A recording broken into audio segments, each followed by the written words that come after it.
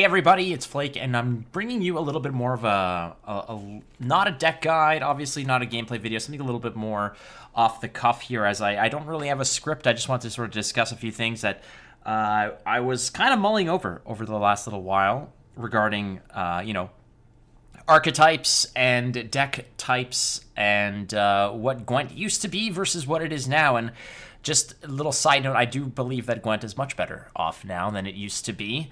And yeah, it was fun back in the day, and there's a lot of things that were missing. But I mean, as bad as certain metas could be, these days they weren't as bad as what it used to be back in the day. That said, a lot of discussion over the last little while about just the revival of old archetypes, old cards, or for me personally, what would it take to get Reveal back as a viable deck type or some type of archetype that can be built around. Right now, I mean, besides the spotter and certain other gold cards that really, operate with revealing a card, there's really nothing that circles around what, reveal can actually be. If we remember what reveal used to be, it used to be, flipping cards from your opponent's hand. Now, I fully agree that seeing your opponent's hand is a little OP. I think that would definitely take away from what a good Gwent experience can be. Not necessarily saying that there are, that there aren't other things that exist right now that kind of make for a less than pleasant experience, but I'm saying that flipping over cards is not what Reveal has to be. So what is Reveal as a potential future archetype? What does that have to offer if you're not necessarily flipping over cards? Well, I kind of mulled it over, and this is something that I discussed with my chat and also got inspiration from other streamers and other people as well. These are discussions that have kind of evolved and grown over a long time, actually. And if you've watched the stream, you would know that these are things that I've discussed for a while and have mulled over. And I finally wrote down some ideas for what I believe Reveal can be. So Reveal doesn't necessarily have to be flipping over a card. It has to be, Reveal can be something like just gaining information from your opponent and deductively deciding, or, based on what what leader they're bringing or what the results are of the cards you're playing, you can sort of put two and two together to figure out what their hand is like without actually revealing things. So here are some ideas of cards that I think would potentially be an interesting reveal mechanic. So the first one is a bronze card that would say, boost self by the amount of bronze cards in your opponent's hand.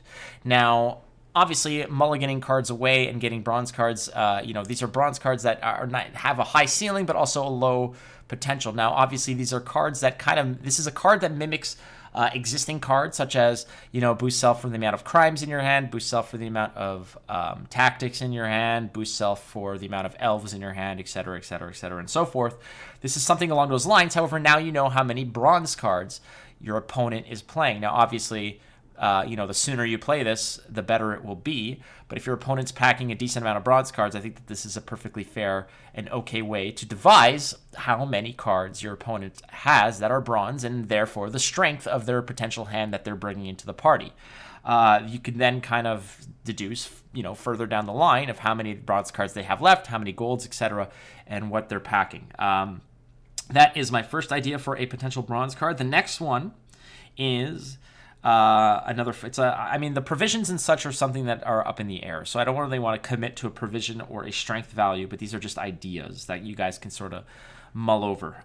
Here's another one, a bronze card. Set power to match the highest bronze card in your opponent's hand. So it depends on what your high end is. If it's a Bear Witcher, it's an 8, so you're getting a decent card at 8. If it's all their bronzes are potential thrives that are low to the ground, you're not necessarily hitting the home run. Again, but it's information. So what kind of bronze cards are your opponent carrying?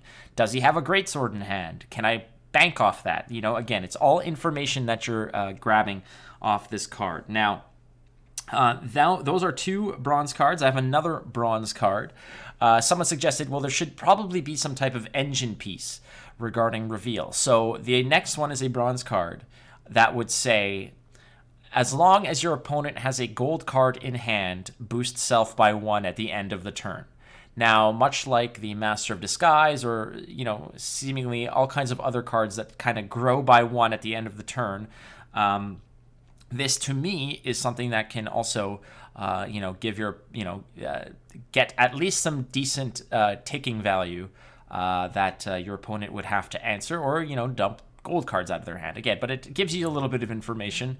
Again, it's not exactly an auto-include necessarily, but it's something that I think could be functional. Now, on to the gold cards. Okay, so here's one. A gold card that says, boost self by the provision cost of the highest provision card in your opponent's hand. Now, I know what you're saying, that this is an automatic massive card that you can play because of the fact that they're probably going to save their big cards or their Masquerade Ball or their whatever for later. But the thing about that is do you really want to drop down proactively a massive card like this that your opponent can then interact with poison, steal, do whatever? This is not necessarily like a Gord or an Ozril that's a massive point finisher. This is something that you would have to judge. Okay, what am I playing against? What is my opponent going to play that's going to be big, and when is he going to play it? When is the optimal time to play this card? Because if you save this card for later or late in a round and your opponent is not necessarily hanging on to anything fantastically huge, well, then you're going to kind of get shortchanged from it. But that's an idea for a potential gold card. Here's another one. And again, these are all ideas that you guys can kind of pick apart and maybe adjust. But as a gold card, again, provision and strength, I put these in my head at like 7 and 7 or 7 and 6 or, something along those lines. But basically, it's a 7 for 7 in my head. If your opponent has an artifact, gain Veil. If your opponent is holding a special card, gain Shield. And if your opponent is holding a unit, gain Resilience. Now, obviously, there's something that's similar to this that exists, a Siri card, but that means that you'll have to have only 9 provision cards or less in your deck. This is something that will give you information as to what your opponent is hanging on to, and when to play this, etc. The later you play it, the worse it could potentially be if they're not holding all the pieces that you want.